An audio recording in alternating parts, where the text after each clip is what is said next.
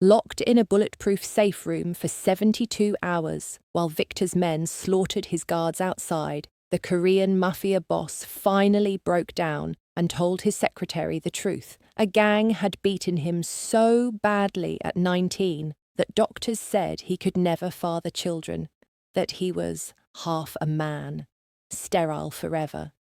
Shakira had held him while he cried, then made love to him on the narrow cot because she saw the man beneath the monster. And 3 months later, she's staring at ultrasound images, showing 2 heartbeats that medical science says shouldn't exist. When she told Daewon about the twins, he accused her of cheating and threw her out with such fury she fled Boston completely. But now, his enemies have intercepted her medical records and they're not asking whether the miracle babies are real. They're planning to kidnap her and use the impossible pregnancy to destroy the crime lord who spent 20 years convincing everyone he's untouchable. And the irony is that the only man who can save Shakira and their twins is the same man who called her a liar and shattered her heart 3 months ago. By the way, family, if you enjoy these stories and want to support the channel, you can join as a member or send a super thanks. Totally optional. Your support helps me post more for you. The gunfire started at exactly midnight. Shakira dropped the stack of files she was carrying as bullets shattered the windows of the 20th floor. Glass rained down like deadly confetti, while alarms screamed through the Boston headquarters. She dove under her desk, heart hammering against her ribs. "Get to the safe room!" Daewon's voice cut through the chaos. She looked up to see her boss sprinting toward her, his perfectly tailored suit already torn at the shoulder. Blood streamed down his arm, but he didn't slow down. 3 of his guards flanked him, firing back at the shadows pouring through the broken windows. Shakira scrambled to her feet. Her thick thighs protested as she ran in heels she'd worn to impress absolutely no one. Well, maybe him. Just a little. Daewon grabbed her wrist and pulled her down the hallway. His hand was surprisingly warm, strong. In 2 years of working for him, he'd never touched her, never even looked at her like she was a woman, just his efficient, invisible secretary. "Victor's men," he growled. "They bypassed everything." They reached the reinforced steel door at the end of the corridor. Daewon punched a code into the keypad, while his guards held off the attackers.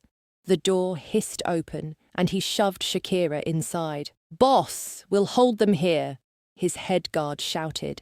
Daewon hesitated for exactly 2 seconds. Then he stepped into the safe room, and the door sealed behind him with a heavy clang. Silence swallowed them whole. The room was maybe 15 feet square, grey walls, a small bathroom in the corner, shelves stocked with water and dried food, 1 narrow cot, no windows, just cold fluorescent lights buzzing overhead. Shakira's chest heaved as she tried to catch her breath. Her white blouse was torn and dirty. One of her heels had broken off during the run. "Are they going to be okay?" she asked. "Your men?" Daewon didn't answer. He moved to a control panel on the wall and flipped switches. A small monitor flickered to life, showing grainy security footage. The hallway outside was a battlefield. Bodies on the ground. Too much blood. Shakira looked away.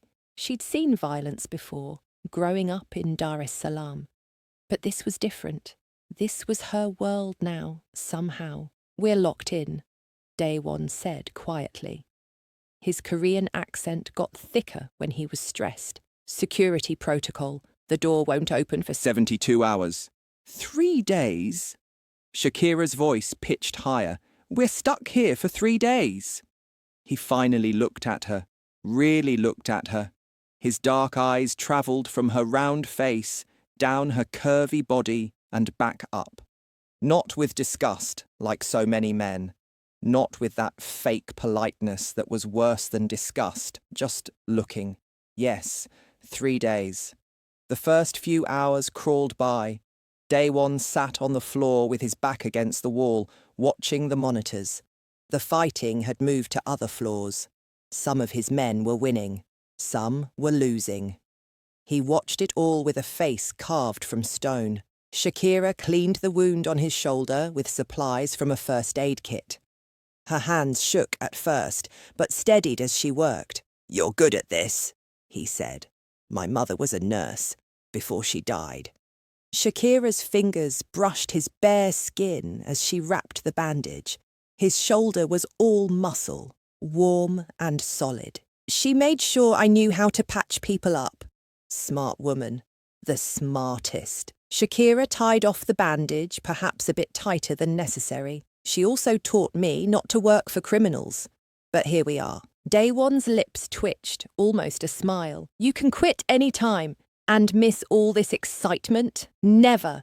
The joke fell flat in the heavy air. Shakira moved away and sat on the cot. Her body ached everywhere. Fear still buzzed under her skin like electricity. "Why do you stay?" Daewon asked suddenly. "You're smart enough to work anywhere. Do anything. Why stay with me?" "Because you pay 3 times what anyone else would. Because you never once commented on my weight or my accent or treated me like I was less than. Because sometimes when you think no one is watching, you feed the stray cats behind the building. The benefits are good," she said instead. "Our 12 brought hunger. They ate protein bars that tasted like cardboard and drank bottled water." Daewon gave her the cot. He took the floor without complaint. Hour 18 brought exhaustion. Shakira dozed off and on, jerking awake every time she heard sounds from the monitors. The building had gone quiet. Either his men had won, or everyone was dead. Hour 24 brought something unexpected. Shakira woke to find Daewon sitting on the edge of the cot. His head was in his hands. His shoulders shook slightly. "Hey," she said softly. "What's wrong?" "Junho is dead." His voice cracked. "I watched him die on the monitor. He was 23, had a baby daughter." Shakira sat up. Without thinking, she put her hand on his back. He stiffened, but didn't pull away. "I'm sorry. This life." Daewon's words came out harsh. "This is what it does. Everyone around me dies or betrays me. Everyone. Not everyone." He looked at her then. His eyes were red-rimmed. For the first time since she'd known him, he looked breakable. "You don't know me, Shakira. Not really. You don't know what I've done. What I am. So, tell me." And he did. As hour 24 turned to 30 and then 40, Daewon talked. About growing up in Seoul in poverty, about his father bringing him to America at age 12, about his father's business partners, who were really gang members, about watching his father get shot in the head when Daewon was 15 because he'd skimmed money, about taking over that same gang at 17 and building it into an empire, about the things he'd done to survive. "When I was 19, he said quietly, a rival gang tried to kill me. They beat me for hours, broke things inside me that never healed right. The doctors said I could never have children, that I was basically half a man." The words hung in the air like smoke. "That's the stupidest thing I've ever heard," Shakira said. Daewon blinked. "What? You think that makes you half a man? Your worth is whether you can make babies?" She shook her head. "That's garbage. You're smart, strong, loyal to your people. Those things make you a man, not your body." Something shifted in his expression, softened. "You really believe that?" "I know it." Shakira gestured at herself. "People told me my whole life I was worth less because I'm big.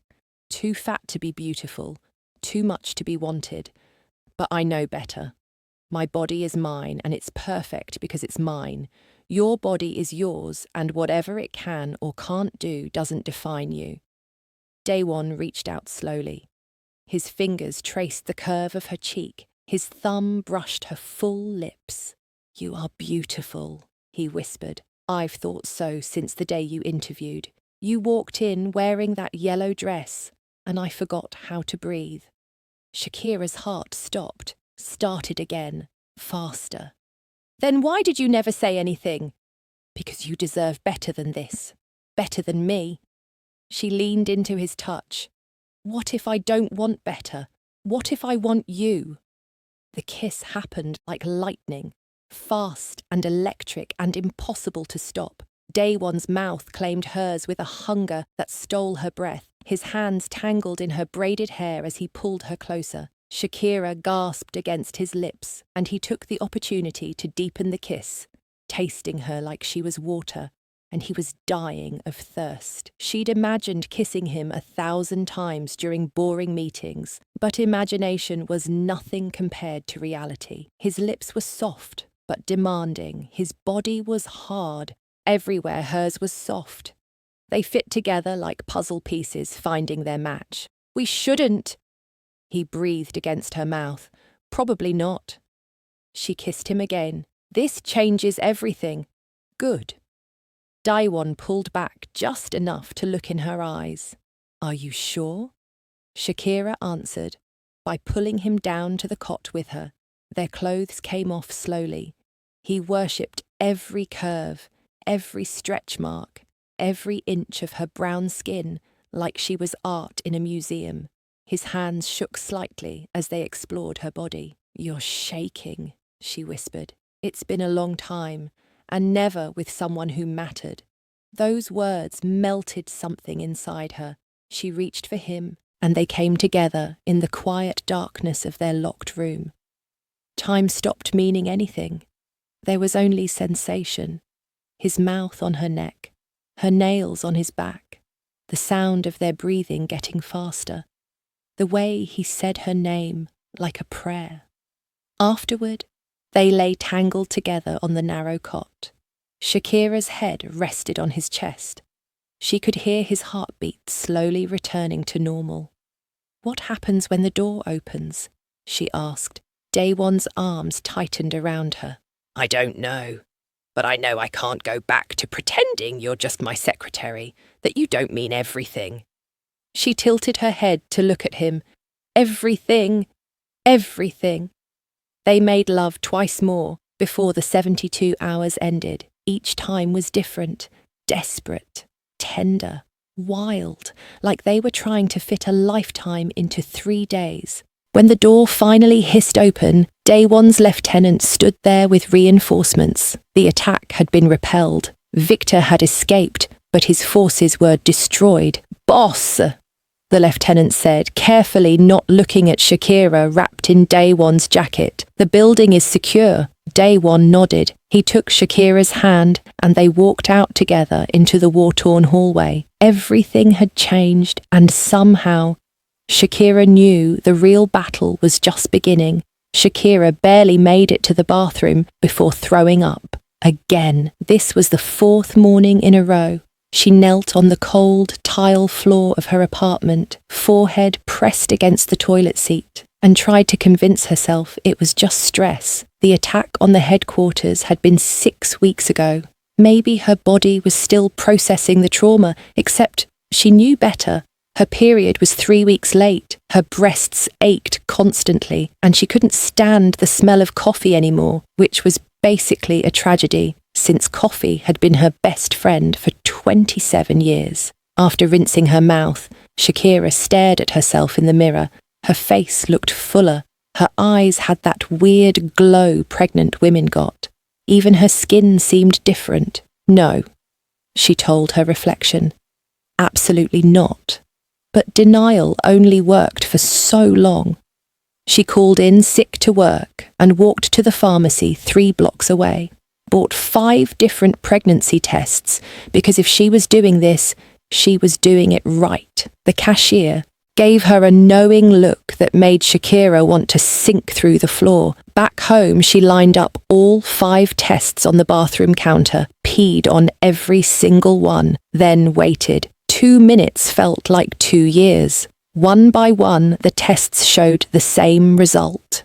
Positive, positive, positive, positive, Positive, Shakira slid down the wall until she was sitting on the bathroom floor. Her hands shook as she picked up one of the tests again. Like maybe she'd read it wrong. But no, 2 pink lines. Clear as day. Pregnant. She was pregnant with day one's baby. The man who'd told her he was sterile, the man who'd held her in that locked room and sworn he could never give her children even if he wanted to. Her phone buzzed. A text from him. Are you okay? My assistant said you called in sick. Since that night in the safe room, everything had changed between them. He still kept things professional at work, but his eyes followed her everywhere. They'd been to his place 4 more times. Each visit left her more tangled up in feelings she didn't know how to handle. She didn't answer the text. Couldn't. Not until she figured out what to say. 2 days later, she finally gathered the courage to make a doctor's appointment. The clinic was in a different part of town where nobody knew her.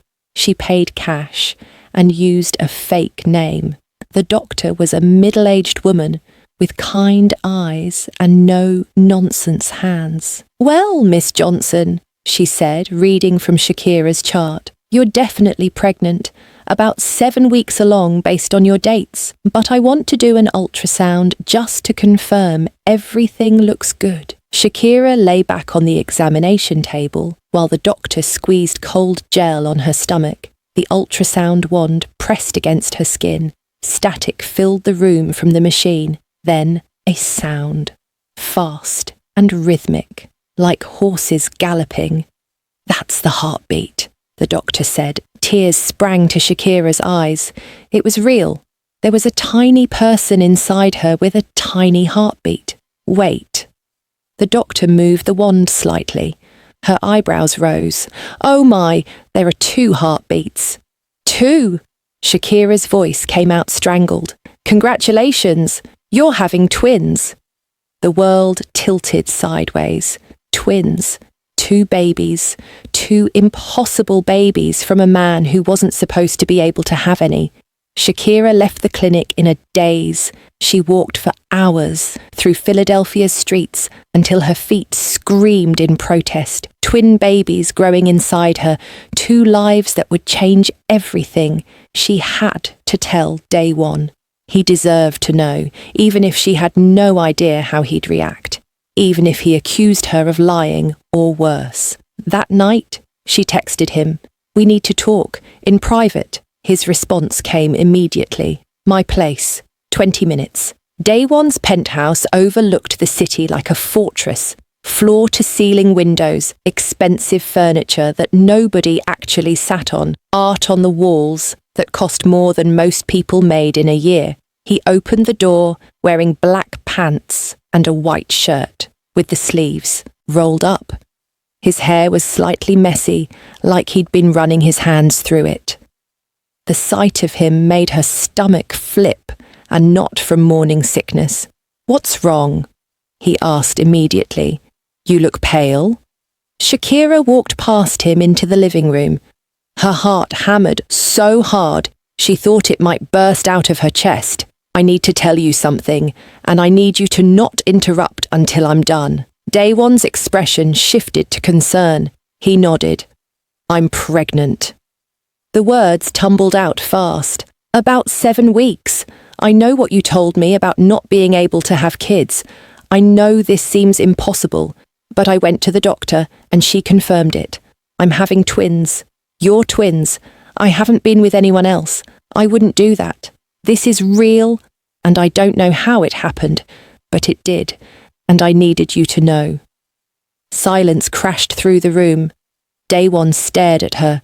His face went through a dozen emotions in 5 seconds. Shock, confusion, disbelief, then something darker. "You're lying!" The words hit like a slap. "What?" "I said you're lying." His voice turned cold. That dangerous voice he used on enemies. "I told you I can't have children. Multiple doctors confirmed it. So either you're lying about being pregnant, or you're lying about them being mine." Shakira felt tears burning behind her eyes but refused to let them fall. I'm not lying about anything. Then, who else have you been sleeping with? He stepped closer, looming over her. Was it one of my men? That new guard who's always staring at you? Or maybe someone from before? Maybe you were already pregnant and saw an opportunity. How dare you? The words came out shaking with rage. You think I would do that? You think that little of me? I don't know what to think, Daewon shouted. I've been told my whole adult life I'm sterile, that my body doesn't work right, and now you show up claiming you're carrying my babies. Twins? It's convenient. Too convenient. Convenient? Shakira's voice rose to match his. You think any of this is convenient? I'm terrified. I work for a crime boss and I'm pregnant with babies that shouldn't exist. There's nothing convenient about this. Get out. The words froze her in place. What? Get out of my house. Daewon turned his back to her. And don't come back to work. You're fired. Something shattered inside Shakira's chest. She'd expected doubt, expected questions, but not this. Not cruelty from the man who'd held her so gently in that locked room. Fine. She grabbed her purse with shaking hands. But you're making a mistake. These babies are yours whether you believe it or not, and one day you're going to regret treating me like trash. She slammed the door behind her hard enough to rattle the frame. The tears came in the elevator. By the time she reached the lobby, she was sobbing. The doorman pretended not to notice as she stumbled out into the night. Shakira went home and cried until she had nothing left. Then she packed her bags. She couldn't stay in Boston. Not now. Not working in the same building where Daewon would see her growing belly and think she was a liar. Her Aunt Razia lived in Philadelphia. She'd been begging Shakira to visit for months. Well, now she'd get her wish. Shakira left Boston the next morning without telling anyone where she was going. 3 weeks passed. Shakira threw herself into her new life. Aunt Razia owned a small Tanzanian restaurant called Mama's Kitchen. The food was incredible, and the customers were mostly African immigrants who treated the place like a second home. Shakira helped cook, served tables, and tried not to think about Daewon, tried not to wonder if he missed her, tried not to touch her growing belly and imagine what their babies would look like. She failed at all three. Working at the restaurant kept her busy, but couldn't keep her mind occupied. Every dark-haired man made her heart jump. Every expensive car made her look twice. Then, one evening during the dinner rush, the door opened and her heart stopped completely. Daewon stood in the doorway looking like he'd been through hell. His suit was wrinkled. Dark circles shadowed his eyes. He scanned the restaurant frantically until his gaze locked on Shakira behind the counter. We need to talk, he said. Every customer in the restaurant turned to stare. Aunt Razia appeared from the kitchen with a wooden spoon raised like a weapon. Who is this man? And why does he look like he wants to kidnap you? It's okay, Auntie. Shakira's voice came out steadier than she felt. I know him. She led Daewon outside to the small patio area. The summer heat wrapped around them like a blanket. Crickets sang in the darkness. How did you find me? She asked. I have resources. He pulled an envelope from his jacket. But that's not important. This is. Shakira took the envelope. Inside were medical documents, lab results, doctor's notes. She read through them twice to make sure she understood. You got tested, she whispered. 5 different doctors, specialists. They all said the same thing.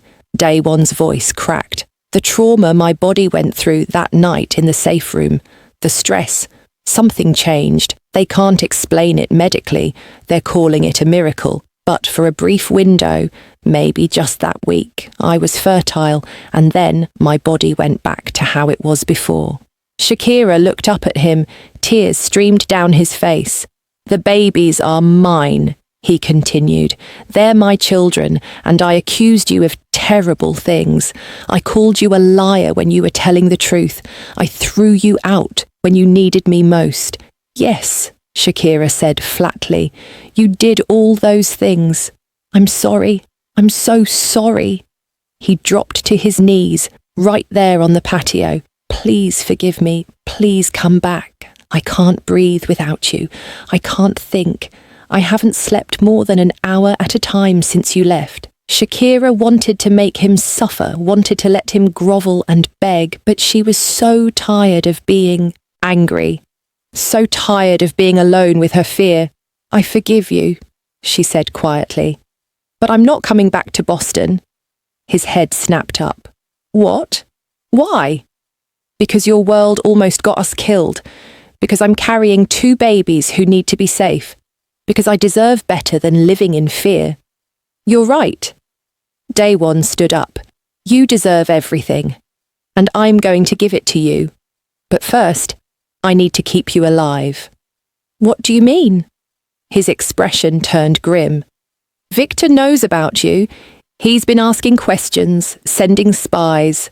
My enemies know you're important to me. That makes you a target. That makes our babies targets. Fear crawled up Shakira's spine like ice. So, what do we do? You come with me, not to Boston, to my private estate outside the city. It's protected, guarded. No one can touch you there. Shakira wanted to refuse, wanted to stay independent and safe in her aunt's restaurant. But she'd seen what Daewon's enemies could do. She'd lived through that attack. She put a hand on her barely visible baby bump, felt the flutter that might have been movement or might have been hope. Okay, she whispered, but we do this my way. No more secrets, no more lies. You want me and these babies in your life. Then you let me in completely. Daewon pulled her into his arms, held her like she was the most precious thing in the world. Deal. The estate sat on 20 acres of land, surrounded by forest and high walls. Shakira counted 12 guards just on the drive from the front gate to the main house. 12 men with guns, watching everything. This is insane, she muttered as Daewon helped her out of the car. This is necessary. The house itself was beautiful in a cold, unwelcoming way. Modern architecture, all glass and steel and sharp angles. Inside, everything was white and grey, like living in a fancy prison. A short, stocky man with a scar across his eyebrow waited in the foyer. His eyes raked over Shakira with obvious disapproval. This is Riker, Daewon said, my second in command. He runs security. Ma'am. Riker's voice dripped with false politeness. We've prepared the East Wing for you. Separate from Mr. Park's quarters, of course. Shakira raised an eyebrow. Separate quarters? For propriety, Riker said. Riker? Daewon's tone carried a warning. Shakira will be staying in my quarters, with me. The muscle in Riker's jaw twitched. Of course, boss. Whatever you want. But his eyes said something different. They said Shakira was a problem he intended to solve. The first week at the estate crawled by. Shakira felt like a bird in a golden cage. She could go anywhere on the property, but leaving required 3 guards and advance notice. Her aunt called and twice a day, worried. Shakira lied and said everything was fine. Daewon tried to make her comfortable. He had her favourite foods delivered, set up a library because he remembered her mentioning she loved to read, even had a nursery prepared in soft yellows and greens since. They didn't know the babies' genders yet. But he was gone most of the time. Business, he said, dealing with threats, making sure Victor couldn't touch them. Shakira spent long hours alone, feeling the babies grow inside her. At 12 weeks, her belly started showing for real. She caught herself talking to the bump when no one was around. Your daddy is complicated, she told them one afternoon while sitting in the garden. He loves us, I think, but he's scared. Scared men do stupid things. Talking to yourself. Shakira looked up to find Riker standing nearby. He hadn't made a sound approaching. That seemed to be his skill. Being where you didn't expect him. talking to my babies, she corrected. Right, the miracle babies. His tone made it clear what he thought of that story. Must be nice, landing in a setup like this. Rich man, big house, all you had to do was get pregnant. Shakira stood up slowly, her hands clenched into fists at her sides. Say that again. I'm just saying what everyone's thinking. Riker stepped closer. Daewon has enemies because he's strong, feared. But you're making him weak, distracted. That gets people killed. Then maybe you should be better at your job instead of harassing pregnant women. His face flushed red. For a second, Shakira thought he might actually hit her. But then he smiled, cold and mean. Enjoy it while it lasts. Once those babies are born, he won't need you anymore. He walked away, leaving Shakira shaking with anger and something worse, fear. Because what if he was right? That night, Daewon came home, late, smelling like smoke and something metallic, blood, maybe. He tried to kiss Shakira, but she turned her face away. What's wrong? Riker cornered me today, said I'm making you weak, that you'll get rid of me once the babies are born. Daewon's expression went deadly. He said what? Don't. Shakira grabbed his arm. Don't go after him. That's not the point. The point is he's saying out loud what I've been thinking. What happens after these babies arrive? Do I stay? Do I go? Are we together? Or am I just an obligation? Daewon sat heavily on the bed, ran his hands through his hair. I don't know how to do this, he admitted. I've never had something real to protect before. Something that matters more than power or money. It terrifies me. Shakira sat beside him, took his hand and placed it on her growing belly. Feel that. A tiny flutter against his palm. The babies moving. Daewon's eyes went wide. Is that them? That's your son or daughter saying hello. Maybe both. She squeezed his hand. We're real. This is real. And I need to know if you're in this with me or if I'm just a responsibility you're stuck with. You're everything. He turned to face her fully. I love you.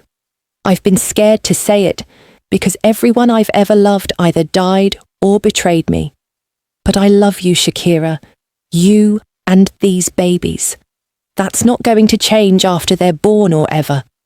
The words unlocked something in Shakira's chest. She kissed him hard, pouring 3 months of fear and loneliness and desperate hope into it. They made love slowly that night, his hands gentle on her changing body, mapping every new curve. She felt beautiful under his touch, powerful, like she could do anything as long as he looked at her like this.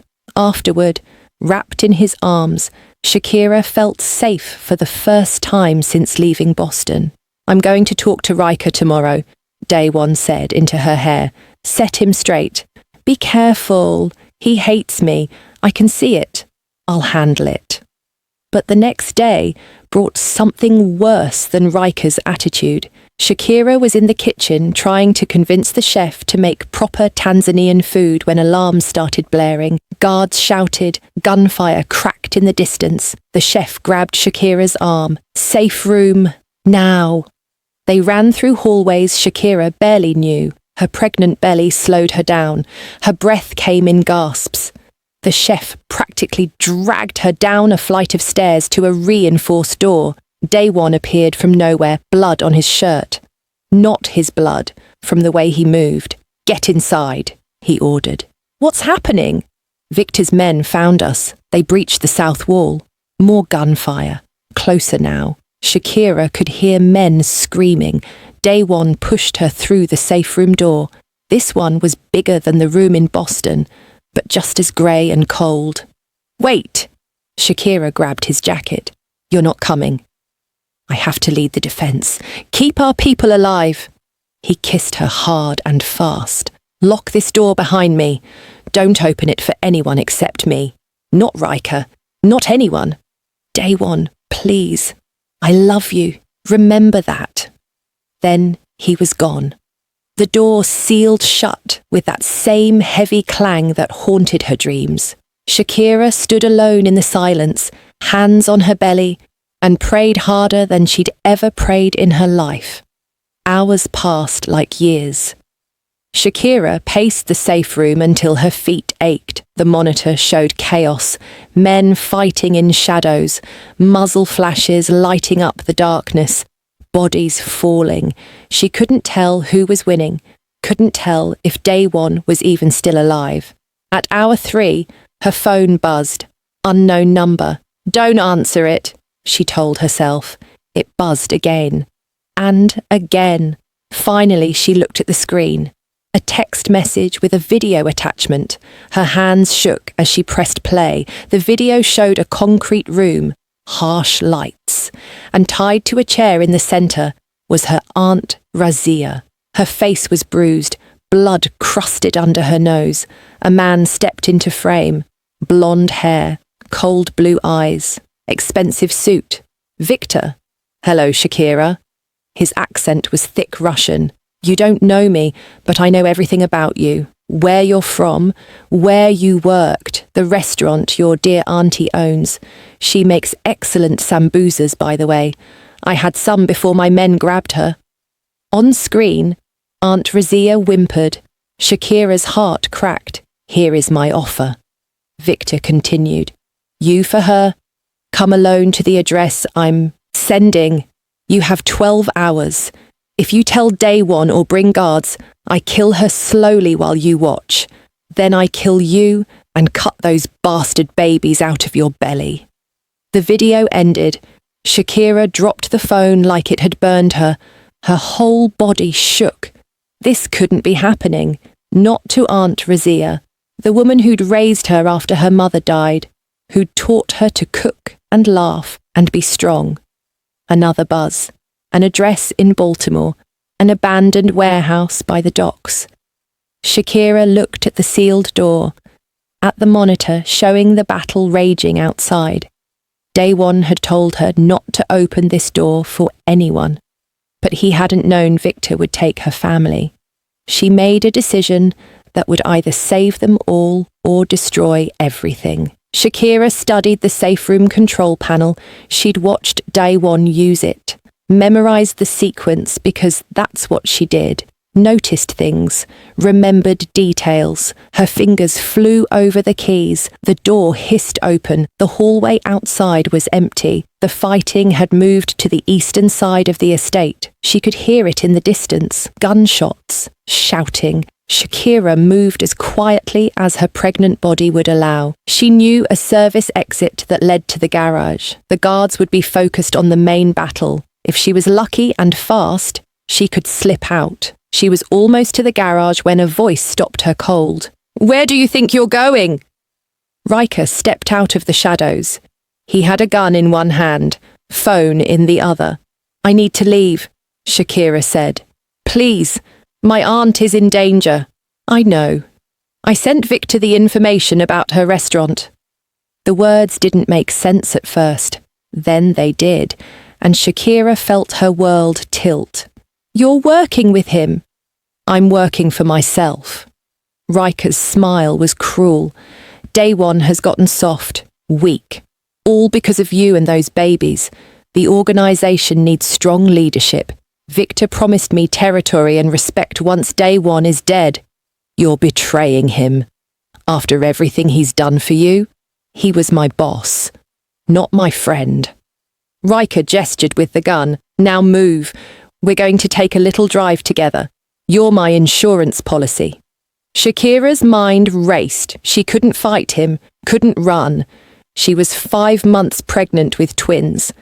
But maybe she could outthink him. Victor won't let you live, she said. Once I'm dead and Day One is destroyed, you're just loose ends. He'll kill you too. Nice try. But I've got contracts, agreements. You've got promises from a man who murders people for fun. Good luck with that. Doubt flickered across Riker's face. Just for a second. That second was enough. Shakira grabbed a fire extinguisher from the wall and swung it with all her strength. It connected with Riker's gun hand. The weapon went flying. He lunged for her. She dodged, but her pregnant belly threw off her balance. They crashed into the wall together. His hands went for her throat. Then a gunshot cracked through the air. Riker's grip loosened. He looked down at the red bloom spreading across his chest, looked up with confusion, then collapsed. Behind him stood Day One, gun still raised, face splattered with blood. "Are you hurt?" He crossed to her in 3 steps, hands running over her body, checking for injuries. "I'm okay. The babies are okay." Shakira grabbed his face. "Victor has my aunt. He sent me a video.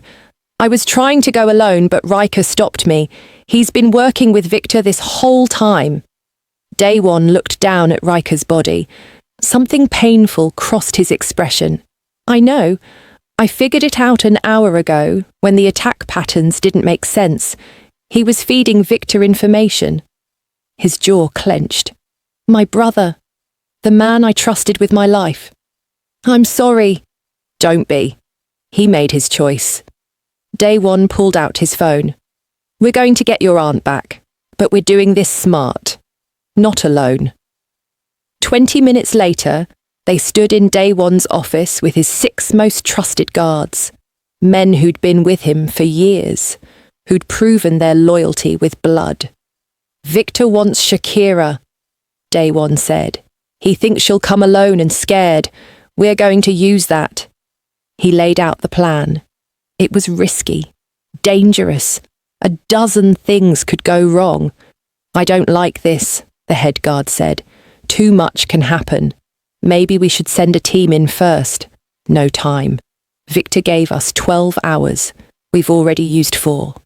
Day One looked at Shakira. "Are you sure about this? I can find another way." Shakira thought about Aunt Razia, about the woman who'd sung her to sleep when nightmares came, who'd held her when she cried about being bullied for her size, who'd celebrated every achievement like it was a miracle.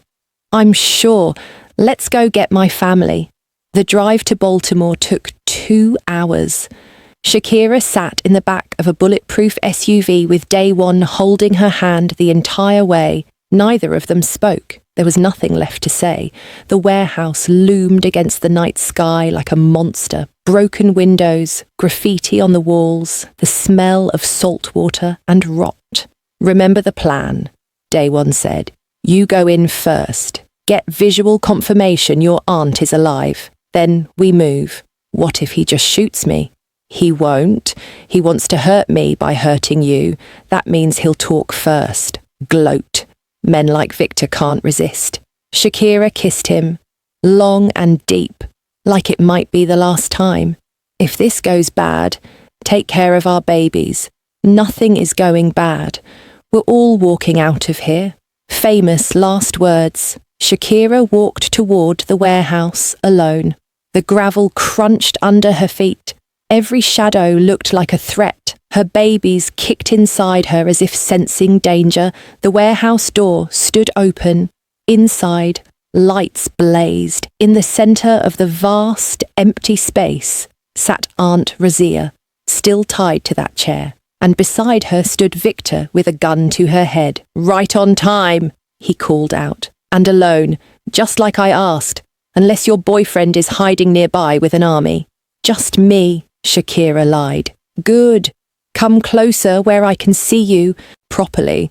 She walked forward on shaking legs. 20 feet away, 15, 10. Victor smiled. "Look at you, all pregnant and glowing. Shame about what's going to happen to those babies. Let my aunt go. That was the deal. The deal was you for her. But I'm thinking, why not keep both? Kill you in front of Day One. Make him watch his children die. That seems more fun." "You're sick." "I'm practical." Victor pressed the gun harder against Aunt Razia's temple. "Now call him.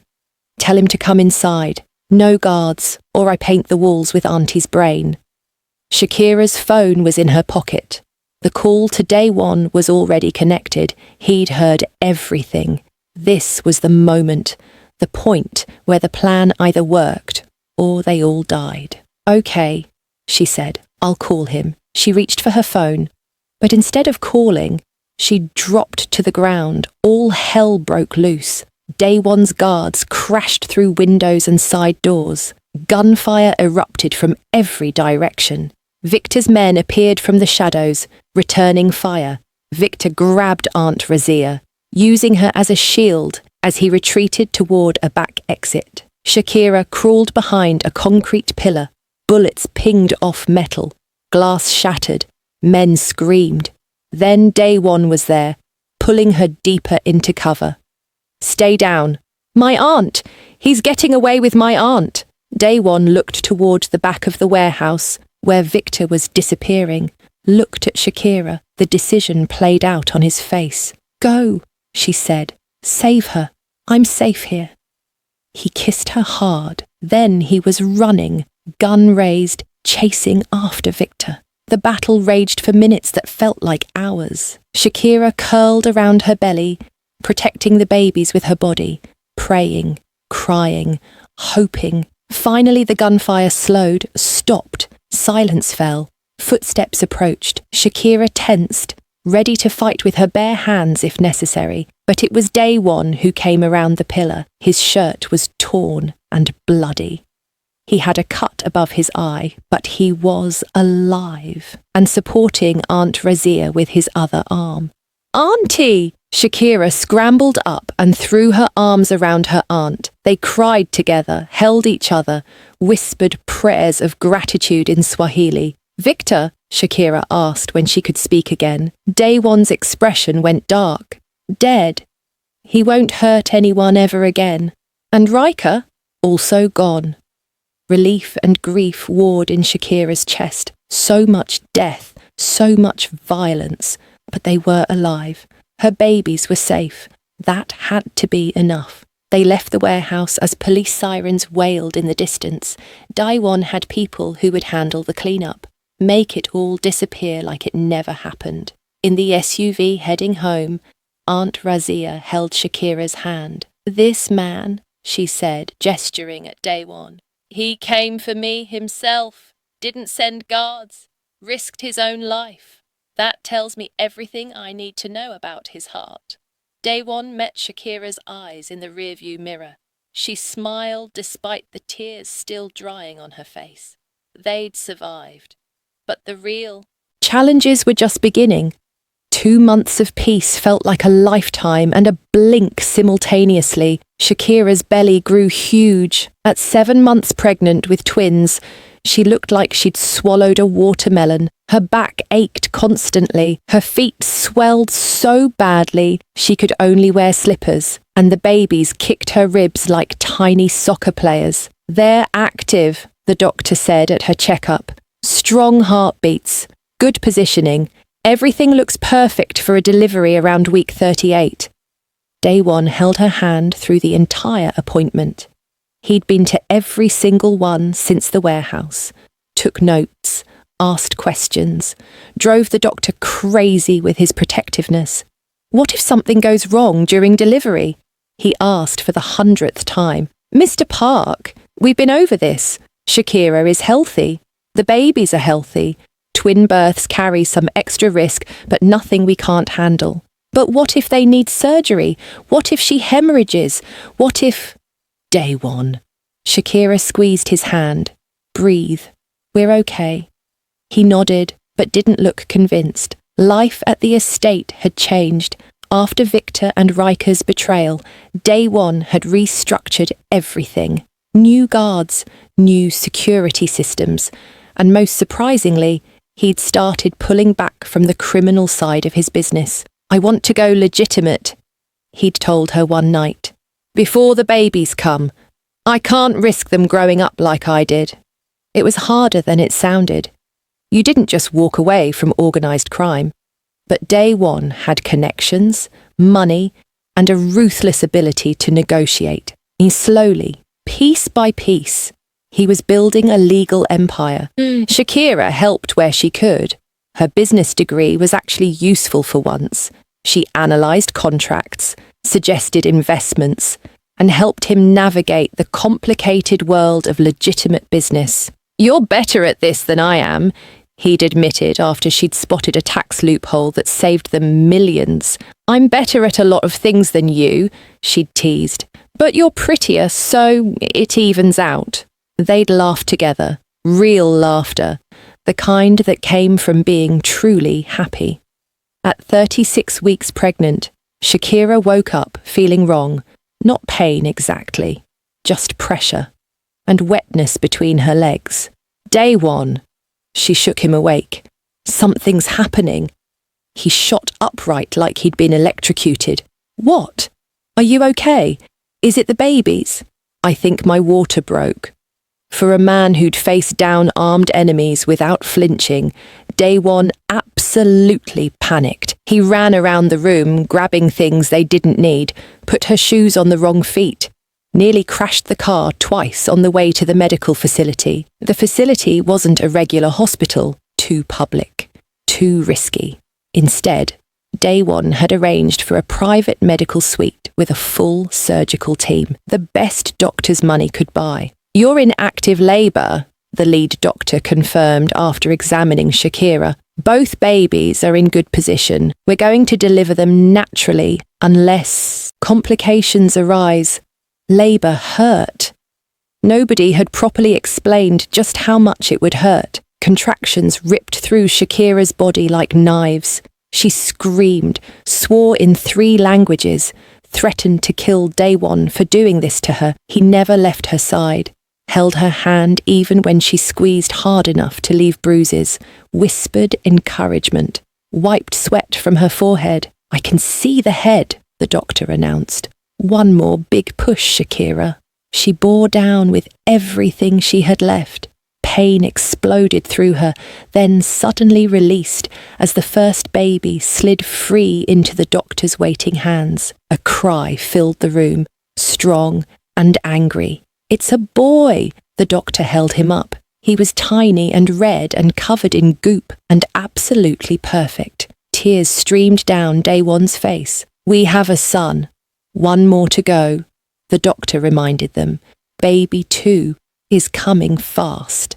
5 minutes later, their daughter arrived with a wail that could shatter glass. Shakira collapsed back against the pillows, exhausted and elated. The nurses cleaned the babies quickly, then placed them on her chest. She looked down at her children, her impossible, miraculous children. The boy had Day one's dark hair and her nose. The girl had Shakira's full lips and Day one's eyes. "They're beautiful," she whispered. Day one sat on the edge of the bed, one hand on each baby. His face was wet with tears, and he didn't even try to hide them. "What should we name them?" he asked. They'd discussed names for weeks, but never decided. Now, looking at these tiny people, Shakira knew exactly what felt right. "Jabari," she said, touching their son. "It means brave in Swahili, because he's going to need to be brave in this crazy world." "Jabari," Day one repeated. "I love it." "And Su'ar for our daughter, your grandmother's name. You said she was the only person who showed you real kindness as a child." More tears fell. "You remembered that?" "I remember everything you tell me."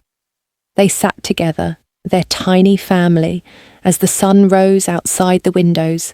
The first 2 weeks were chaos. Babies cried constantly. Shakira's body hurt everywhere from delivery. Neither of them slept more than 2 hours at a time. But there was also magic. Watching Day one change diapers with the same focus he'd used to plan military operations. Seeing this dangerous man sing soft Korean lullabies at 3 a.m. The way he cried the first time Jabari grabbed his finger.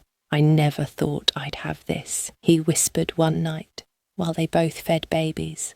"A family. People who are mine to protect and love. You gave me everything."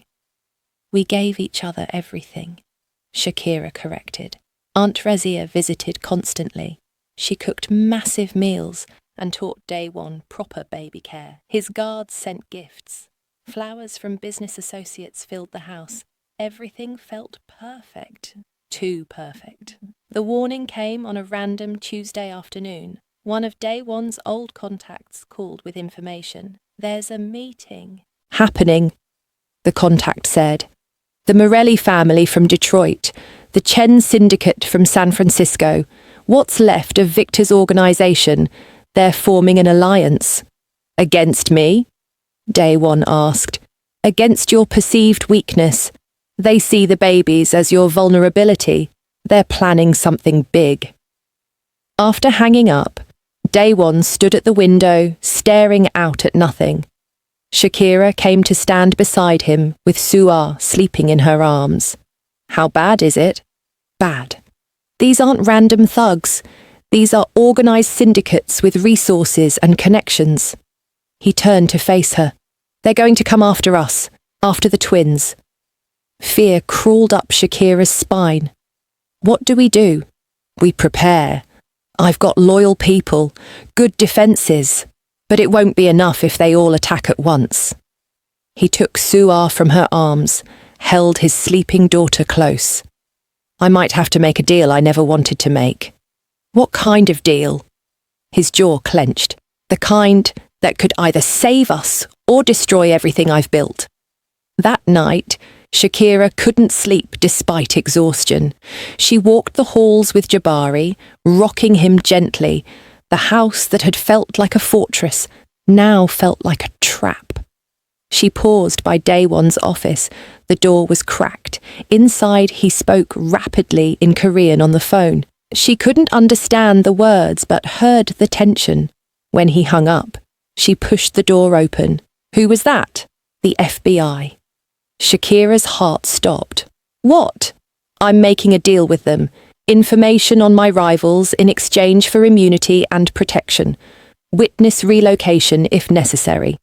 He scrubbed his hands over his face. I never thought I'd become a snitch. In my world, that's worse than death. But it'll keep us safe. Maybe, if I play it right. If they honour their word. If a dozen other things go perfectly.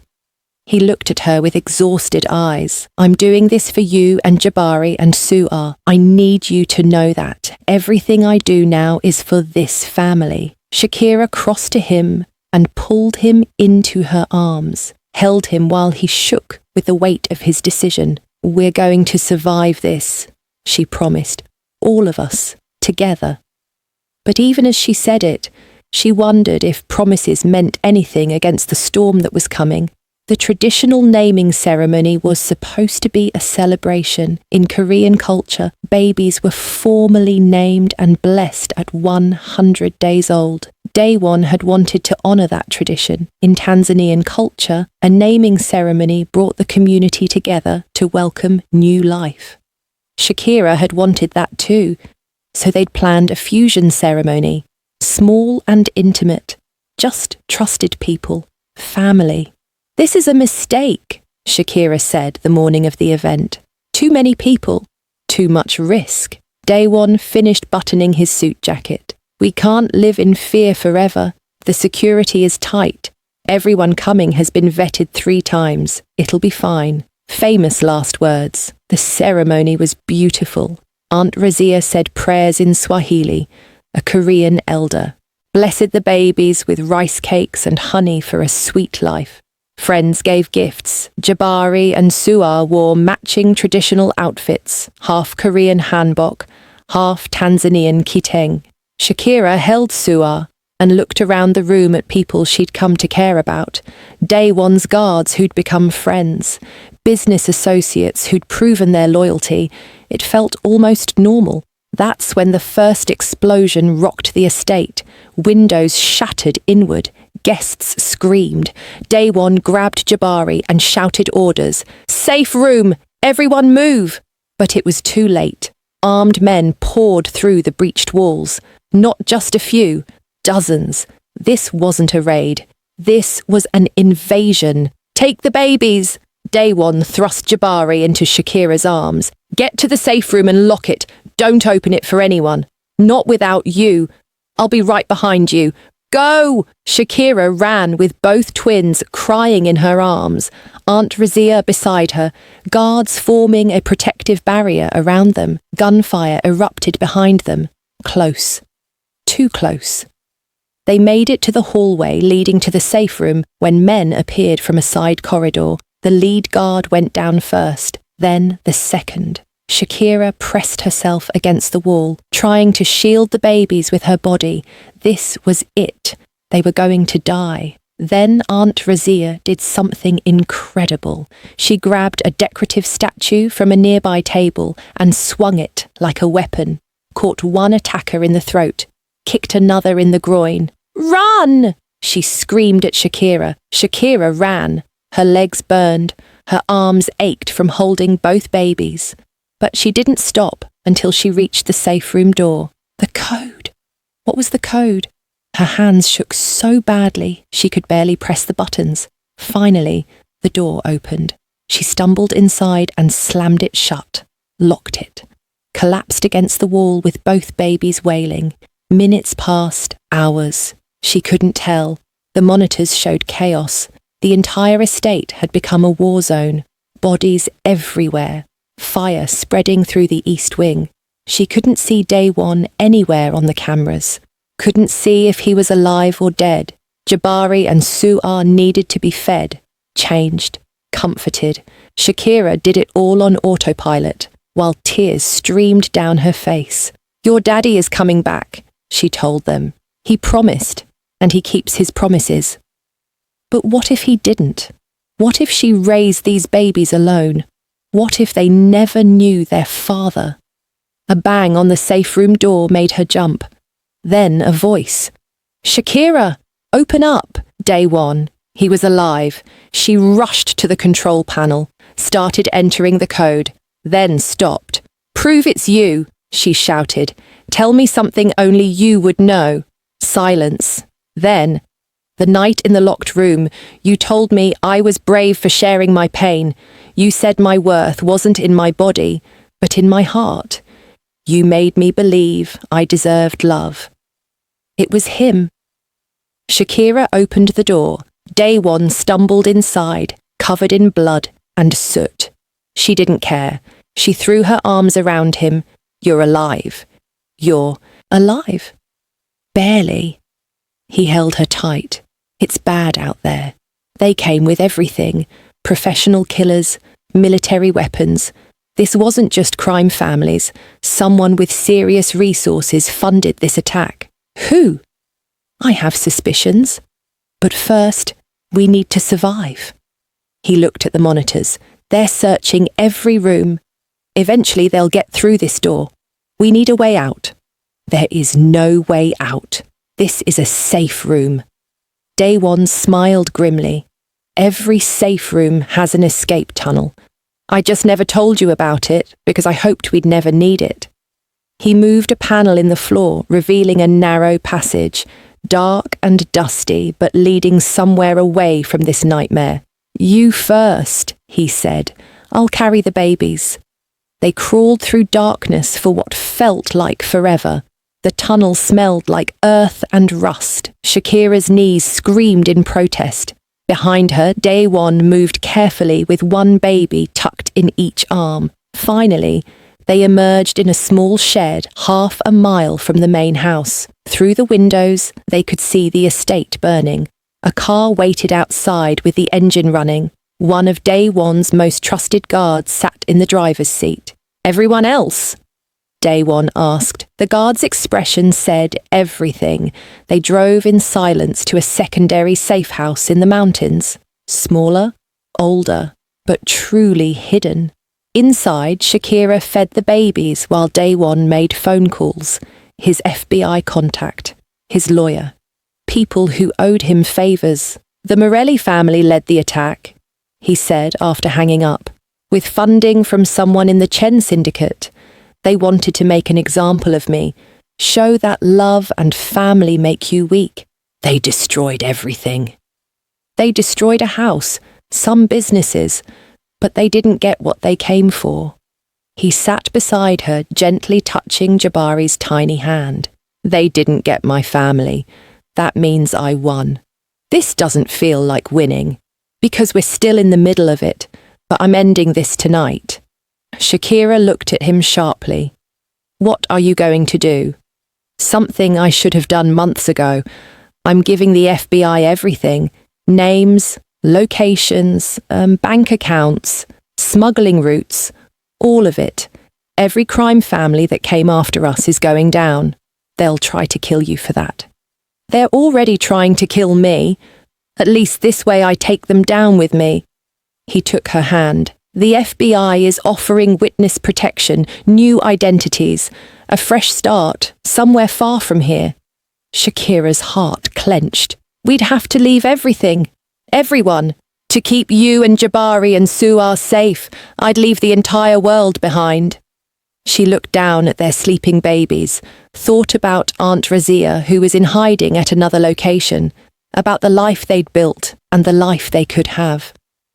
Okay, she whispered. We'll start over. Together. Daewon made the call that night. Within hours, FBI agents arrived. They took his statement, his evidence, promised protection in exchange for testimony. You're doing the right thing, the lead agent said. These organizations have terrorized communities for decades. Your information will dismantle them completely. I don't care about right or wrong anymore.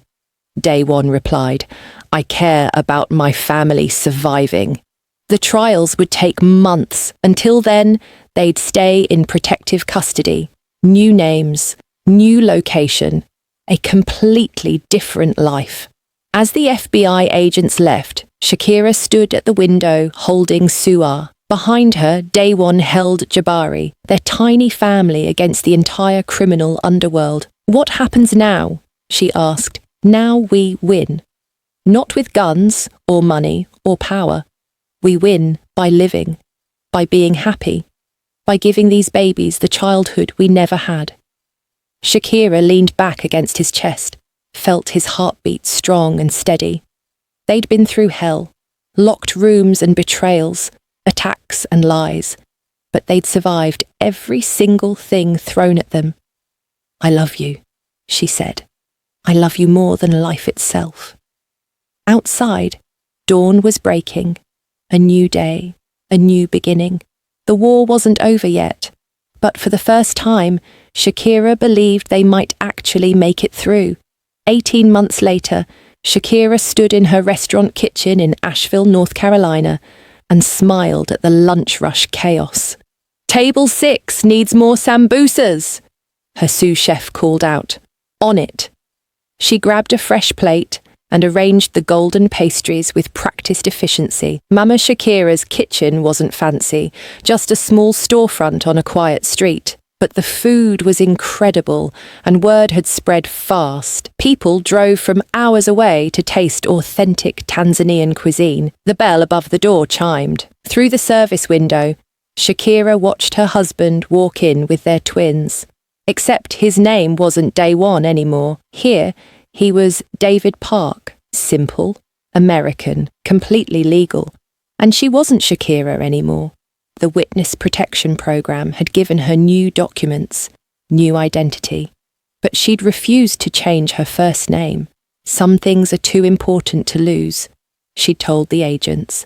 My name is who I am. They'd compromised. New last name, same first name. Good enough. David set Jabari and Suar down, and they immediately ran to the kitchen window, calling for Mama. At almost 2 years old, they were walking, talking tornadoes of energy. How's the lunch crowd? David asked. Packed. We might need to expand soon. Already? We've only been open 6 months. Good food brings people together. Shakira plated another order. Besides, you're the one who said we should dream big in this new life. David smiled, that real smile he'd developed since leaving the crime world behind. I'm going to take the twins to the park, give you space to work. Take the stroller. Jabari's been running wild lately. She watched through the window as her family left.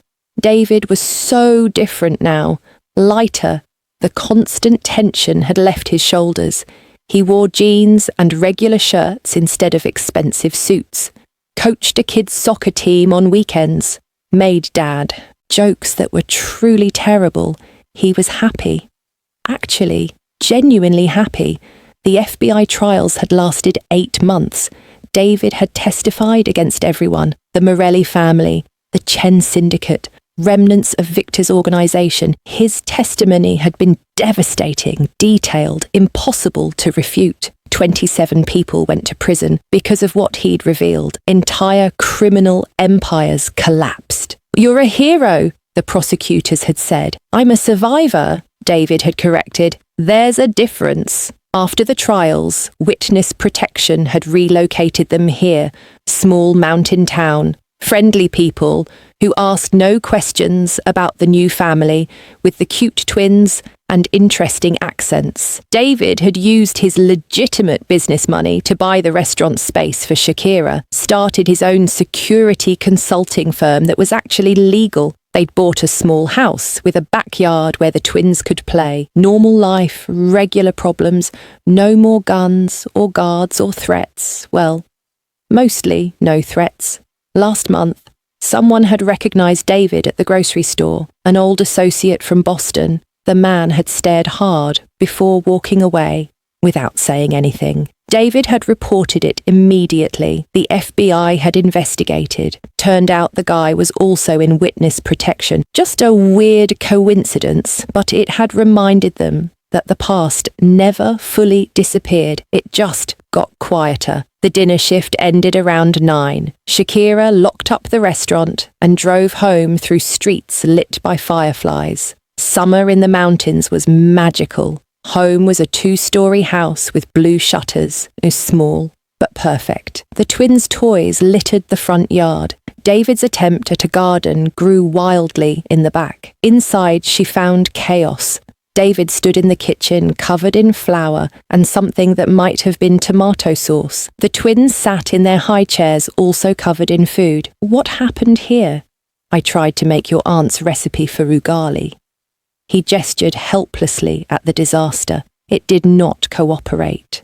Shakira laughed until her sides hurt. This man who'd commanded a criminal empire with iron control couldn't make simple cornmeal porridge. "Go shower," she said. "I'll clean up the twins and order pizza." Pizza again. "We had it twice this week, and we'll have it a third time because you destroyed the kitchen." Later, after the twins were asleep and the kitchen was clean, they sat together on the back porch. Stars filled the sky like diamonds. Crickets sang in the darkness. "I got a call today," David said quietly, "from Aunt Razia." Shakira sat up straight. "Is she okay? Did something happen?" "She's fine. Better than fine, actually. She met someone, a nice man who owns a bookstore. They're getting married next month." "That's wonderful." Then reality hit. "But we can't go to the wedding, can we? Too risky." David took her hand. "The FBI said if we're careful, we can attend. Fake names, minimal contact. But Razia knows the situation. She understands." Tears pricked Shakira's eyes. She missed her aunt desperately, missed being able to call whenever she wanted, missed Sunday dinners and long talks over tea. "This is the price, isn't it?" she said. "For safety, for peace. We lose connection to everyone we knew before." "Not everyone. We have each other. We have the twins. We're building new connections here." David pulled her closer. "And in a few years, when enough time has passed and the threats are truly gone, maybe we can reconnect more openly. Maybe.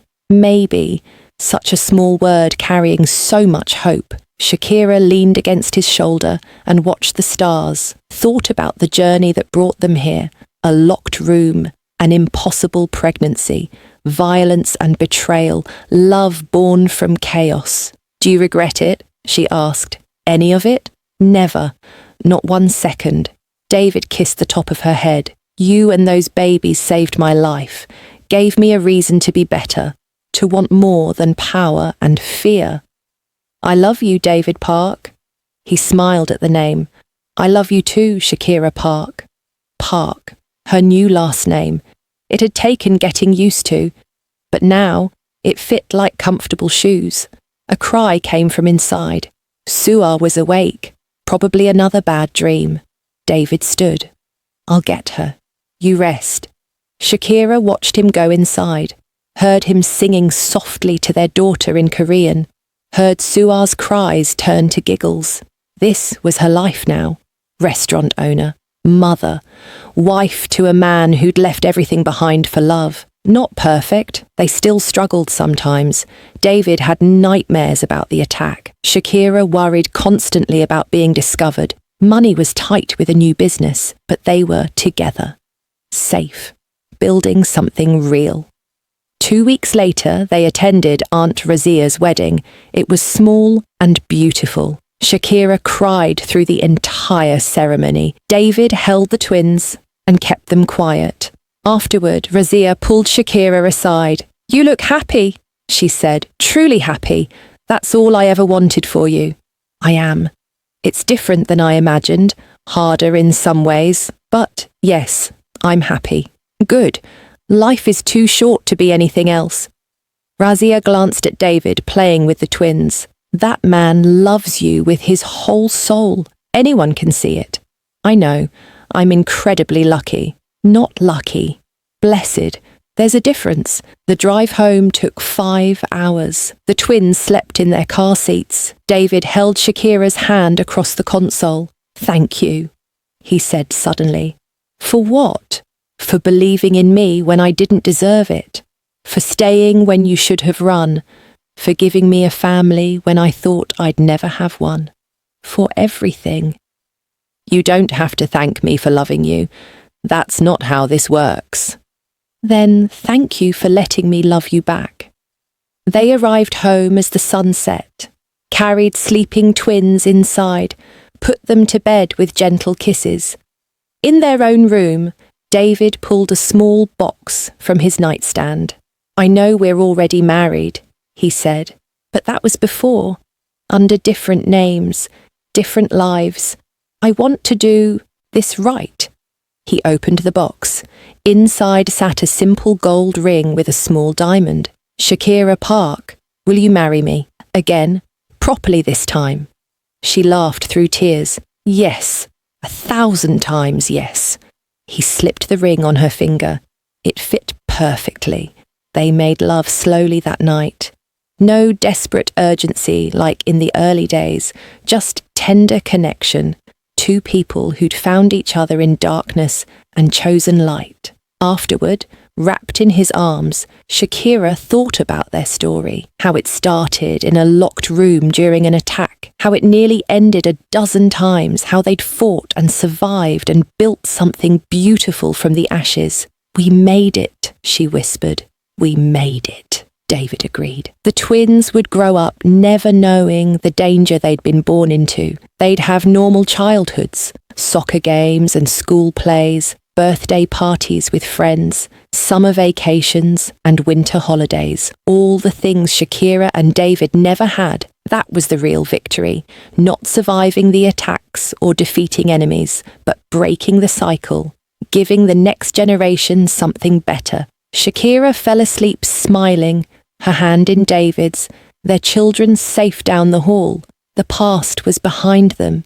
The future stretched out bright and full of possibility, and in this moment, in this small house in the mountains of North Carolina, they had everything they needed, each other, their children, peace. It was more than enough. It was everything. The grand opening of Mama Shakira's kitchen's second location happened on a perfect spring day. Shakira stood outside the new restaurant, larger than the first, right on Asheville's main street. Butterflies danced in her stomach. 3 years ago, she'd been hiding in safe houses. Now she was a successful business owner, expanding her dream. David stood beside her holding 4-year-old Suar. Jabari tugged on Shakira's dress, demanding to cut the ribbon. Can I do it, Mama? Please. We'll do it together. Shakira handed him the oversized scissors. A crowd had gathered, regular customers, local business owners, the mayor, who'd become friends with them, news cameras from the local station, normal life, public life, no more hiding. The FBI had officially released them from witness protection 6 months ago. All the major players from the trials were locked up. The threats had ended. They could finally breathe. Ready? David asked. Shakira nodded. Together with Jabari, they cut the ribbon. Cheers erupted. People flooded inside to see the new space. It was beautiful. Tanzanian fabrics on the walls. Photos of Dar es Salaam mixed with pictures of the Blue Ridge Mountains. A mural showing their fusion of two cultures becoming one. The kitchen gleamed with new equipment. The dining room could seat 60. They'd hired 8 employees, all trained in Shakira's recipes and methods. This was bigger than she'd ever imagined. Scarier too. What if we fail?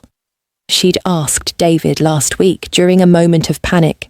Then, we'll fail. Together and try something else, he'd replied. But we won't fail. You're too stubborn, and your food is too good. Now, watching customers stream in, she let herself believe it might actually work. The day passed in a blur. Shakira cooked alongside her team. David worked the front of house with natural charm. The twins helped by being adorable and occasionally stealing sambusas when they thought no one was looking. By closing time, they were exhausted and triumphant. The register was full. Every table had been filled multiple times. Reviews were already popping up online, calling it the best new restaurant in Asheville. We did it, Shakira said as they locked up. You did it. This is your dream. Our dream. She kissed him softly. None of this happens without you. They drove home through familiar streets. The twins chatted in the back about their favourite parts of the day. Jabari wanted to be a chef like Mama. Su'ar wanted to talk to all the people, like Daddy. Home had expanded too.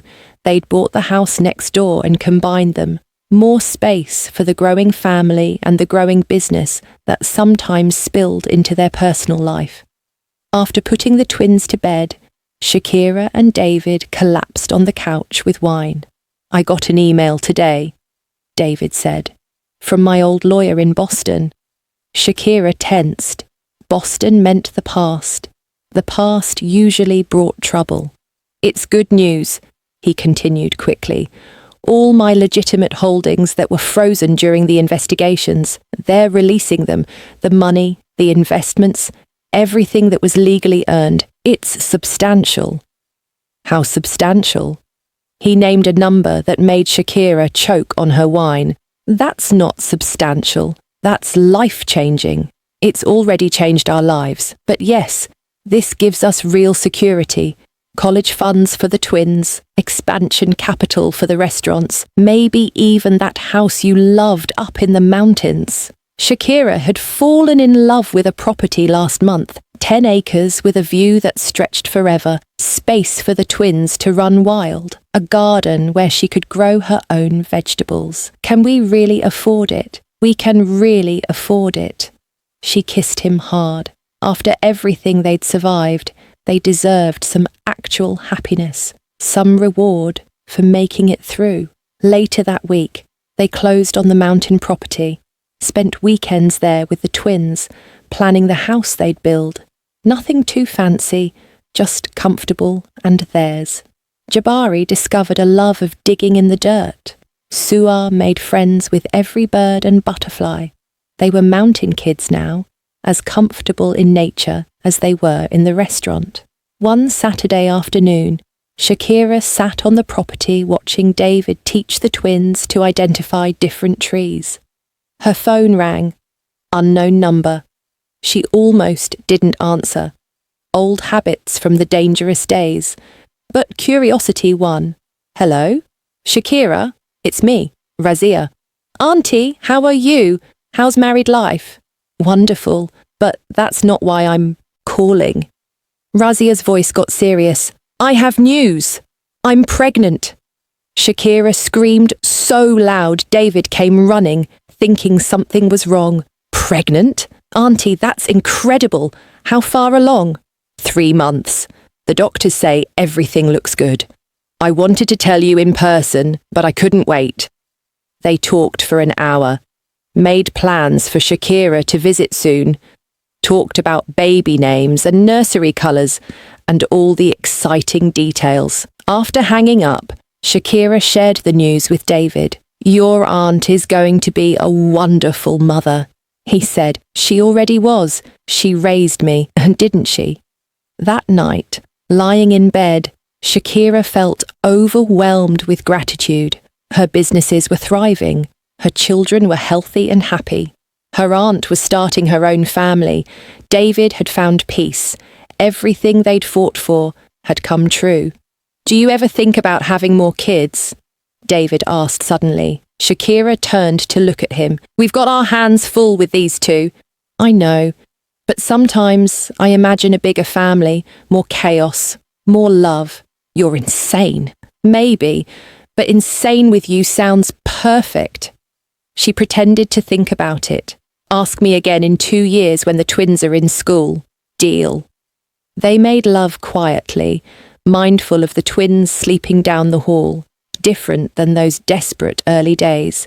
This was comfortable, familiar, still passionate, but also peaceful. Afterward, David traced patterns on her back. I want to ask you something, he said, and I need you to be honest. Always. Do you miss it? The excitement, the danger. Does this normal life ever feel boring? Shakira considered the question seriously. Did she miss the adrenaline? The feeling of living on the edge? No, she said finally. I don't miss being scared. I don't miss wondering if every day might be our last. This life we've built, it's the adventure, building businesses, raising kids, growing old together. That's the real excitement. Even when it's just grocery shopping and parent-teacher conferences, especially then, because we're alive to do those boring things. We survived when we shouldn't have. Every mundane moment is a gift. David pulled her closer. I love you so much. I love you more. Impossible. They fell asleep, tangled together, the same way they'd slept in that locked room years ago. The same, but also completely different. Morning came with tiny feet running into their room. The twins jumped on the bed, demanding pancakes. David groaned. It's Sunday. Sunday is sleep-in day. Not anymore, Suar declared. We're hungry. So they got up, made pancakes with too much syrup, let the twins make a mess, cleaned up together while the kids watched cartoons. Regular family life, beautiful in its simplicity. That afternoon, they took the twins to the park. David pushed them on swings while Shakira read on a bench. Other families played nearby. Dogs chased frisbees. Teenagers hung out by the basketball court. Normal, safe, perfect. A woman sat down on the bench beside Shakira. Your family is beautiful, she said. Thank you. How long have you been married? 5 years. The lie came easily. Technically, they'd been together 5 years, even if the legal marriage was more recent. Best 5 years of my life. I can tell. The way your husband looks at you, like you're the only person in the world. That's special. Shakira watched David spinning the twins on the merry-go-round. Their laughter echoed across the park. He is special, she agreed. The woman left. Shakira returned to her book. Just another parent at the park. Nobody special. Nobody running from a violent past. That evening, David announced a surprise. He'd hired a babysitter for the next weekend. We're going away, he said. Just us. A hotel in Charleston. Fancy dinner. Sleep past 6 in the morning. Real romance. Can we afford a babysitter and a trip? He showed her his phone. The legitimate money had cleared. Their account balance was stupid high. We can afford anything we want now, within reason. But mostly, we can afford to remember we're not just parents, We're also a couple who fell in love in a locked room and fought the world to be together. The weekend away was heaven. They slept late, had slow morning intimacy without worrying about little ears hearing, ate at restaurants without cutting anyone's food, walked on the beach holding hands. "We should do this every few months," Shakira said. "Every month," David countered. "We deserve it." On their last night in Charleston, over expensive wine and perfect steak, David pulled out a small box. "Another ring?" Shakira teased. "Not a ring." He opened it. Inside was a necklace with 3 small charms, a letter J, a letter S, and a tiny diamond heart. "For our family," he explained. "Jabari, Su'a, and the love that holds us together." Shakira's eyes filled with tears as he fastened it around her neck. "It's perfect. You're perfect. I'm really not, but I'm perfect for you. That's all that matters." They returned home to chaos. The babysitter looked exhausted. The twins had apparently decided bedtime was optional. The house was a disaster, but David and Shakira just laughed. This was their life, messy and loud and absolutely perfect. Years continued to pass. The twins started kindergarten. The restaurants expanded to 3 locations. David's security firm grew into something respectable and profitable. They built the house on the mountain property, moved in when the twins were 6, had a housewarming party with friends they'd made over the years, real friends, people who knew them as David and Shakira Park, good business owners, loving parents, regular folks. Nobody knew about the locked room, the attacks, the witness protection. That was another life, another world. On their 10th anniversary, David took Shakira back to that original restaurant location. They'd kept it even after expanding, too sentimental to let it go. Late at night, after closing, they sat in the empty dining room with wine and sambusas. 10 years, Shakira said, a decade since everything changed. Best decade of my life, even the terrifying parts. Especially the terrifying parts. They made us who we are. David raised his glass. To the next 10 years. May they be boring and peaceful and full of love. I'll drink to that.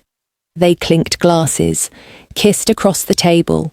2 people who'd started as boss and secretary, who'd become lovers in a locked room during an attack, who'd survived impossible odds, who'd built a family and a life from absolutely nothing.